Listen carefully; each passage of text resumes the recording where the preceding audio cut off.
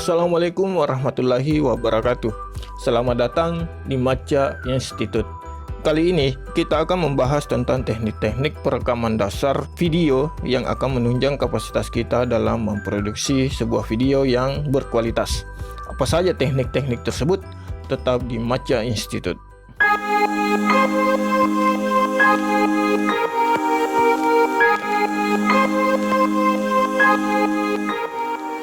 Pernahkah kita melihat sebuah video di mana di layar hanya dipenuhi gambar mata lengkap dengan detail-detail teksturnya serta gerakan-gerakan mikronya? Ya, gambar itu diambil dengan teknik tertentu, diambil dengan tujuan menggambarkan makna-makna tertentu. Itulah pentingnya sebuah sudut pandang dan pentingnya sebuah teknik. Ini hanya salah satu dari penggunaan teknik yang ada. Kita akan mempelajarinya satu persatu. Namun, kita akan mulai dengan beberapa hal. Yang pertama adalah hal-hal yang perlu diperhatikan dalam pengambilan gambar atau shooting. Shoot atau pengambilan gambar adalah unsur terkecil dari sebuah struktur video yang utuh. Hal-hal yang perlu diperhatikan dalam pengambilan gambar yaitu adalah adanya beberapa faktor yang sangat mempengaruhi pengambilan gambar. Yang pertama itu adalah faktor manusia. Faktor manusia ditampilkan untuk melambangkan perwatakan atau masalah dalam sebuah video. Faktor manusia menjadi bagian integral dengan peristiwa yang ingin disajikan dalam sebuah video. Selanjutnya adalah faktor ruang. Faktor ruang ada dua macam, yaitu adalah ruang alami dan ruang non-alami. Ruang alami adalah ruang yang sesungguhnya untuk sebuah peristiwa yang terjadi yang akan direkam. Sementara ruang non-alami adalah ruang pengganti atau ruang alternatif yang dipakai untuk menggambarkan suatu peristiwa atau biasa disebut dengan studio.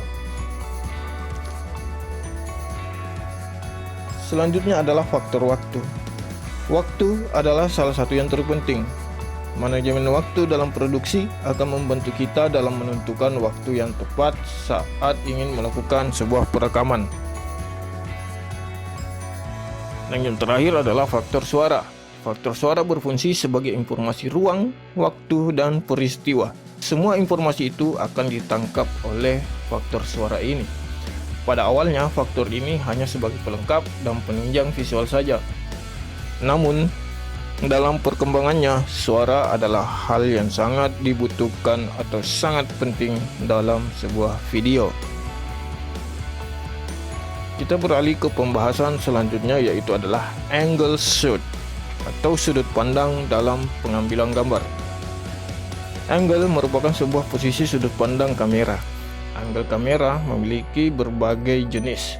Angle kamera ini sangat bermanfaat dalam menciptakan persepsi orang yang melihat.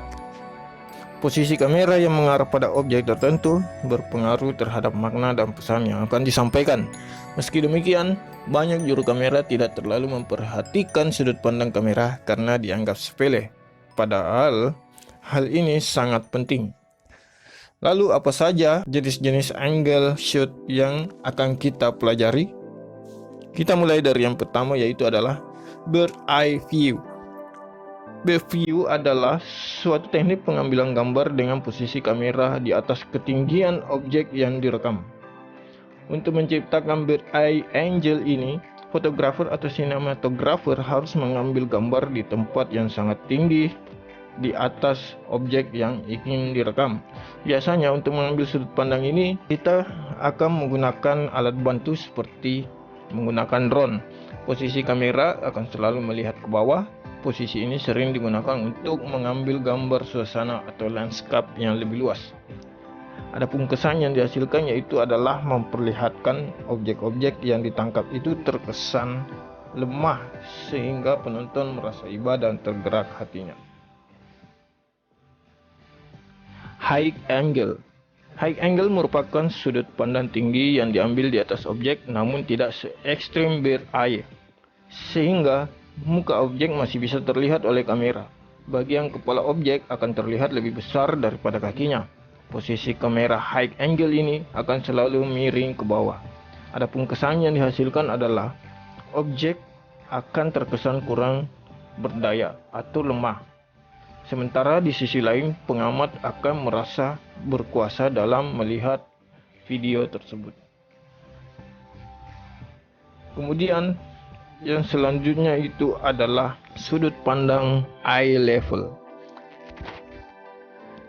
Sudut pandang eye level dibuat sejajar dengan mata atau objek yang dibidik atau direkam. Posisi kamera pun tidak miring ke atas maupun ke bawah. Posisi ini merupakan angle paling netral dan sudut pandang yang paling jujur dan apa adanya. Posisi ini sering digunakan dalam merekam reporter di lapangan atau merekam pembawa acara dalam studio acara berita. Lalu kesan apa yang akan disampaikan? Kesan yang ditangkap adalah apa yang kamu lihat itulah yang sebenarnya. Proporsi terlihat seimbang atau netral. Low angle atau sudut pandang rendah. Sudut pandang ini berada di bawah kepala objek. Posisi kamera akan selalu miring ke atas, namun muka dari objek masih bisa terlihat. Kesan yang ditunjukkan adalah objek akan terlihat jauh lebih kuat, besar, dan kokoh. Pengamat akan terlihat takjub pada objek dan tidak berdaya. Kemudian selanjutnya adalah frog eye atau mata katak. Frog's eye view adalah kebalikan dari bird's eye view, namun hampir serupa dengan low angle.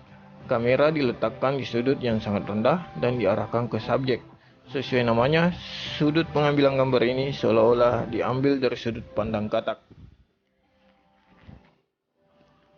Kesan yang dihasilkan adalah penonton akan merasa subjek terlihat lebih besar, dominan, dan megah. Pembahasan selanjutnya adalah frame size atau ukuran shooting. Frame size adalah ukuran yang digunakan saat mengambil atau merekam sebuah gambar. Ukuran gambar dalam setiap shoot memiliki maksud dan maknanya sendiri-sendiri. Untuk itu, juru kamera atau perekam video dituntut untuk memahami ukuran gambar yang disesuaikan dengan kebutuhan skenario atau sebuah adegan. Ada beberapa frame size yang bisa kita pelajari. Yang pertama itu adalah extreme close-up. Extreme close-up adalah ukuran yang sangat dekat dengan objek. Extreme close-up adalah pengambilan gambar dengan ukuran yang sangat detail, dengan ukuran yang sangat dekat, atau dengan jarak yang sangat dekat dengan objek yang direkam. Pengambilan gambar dengan ukuran extreme close-up ini memiliki makna untuk menampilkan detail-detail dari sebuah objek atau subjek, sekaligus memperlihatkan gerakan-gerakan mikro yang akan menggambarkan ekspresi atau makna tertentu. Selanjutnya adalah big close-up. Big close-up, pengambilan gambarnya atau ukurannya itu dari batas kepala hingga dagu subjek atau objek yang direkam. Itu memiliki kesan untuk menampilkan objek, untuk menimbulkan ekspresi-ekspresi tertentu.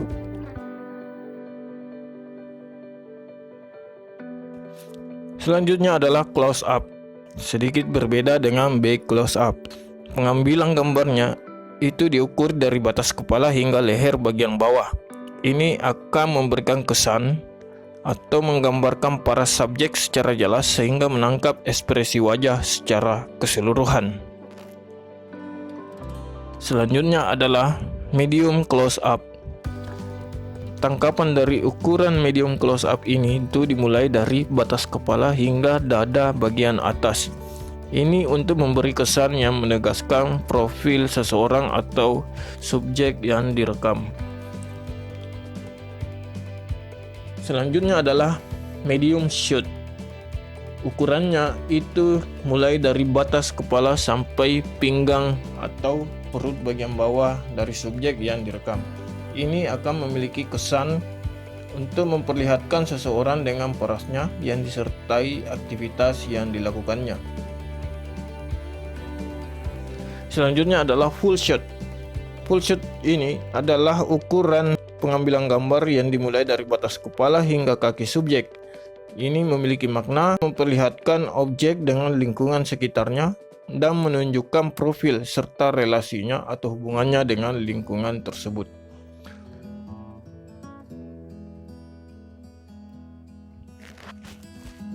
Kemudian adalah long shot. Dengan long shot ini, objek akan terekam penuh lengkap dengan penggambaran latar belakangnya. Jenis pengambilan gambar ini memiliki makna untuk menonjolkan objek dan aktivitasnya, serta situasi sekitar dengan lanskap yang lebih luas. Demikianlah teknik-teknik dasar yang perlu kita ketahui dalam hal pengambilan gambar atau perekaman video. Semoga bisa bermanfaat bagi kita semua untuk menghasilkan sebuah konten atau video yang berkualitas. Terima kasih, sampai jumpa di video selanjutnya. Assalamualaikum warahmatullahi wabarakatuh.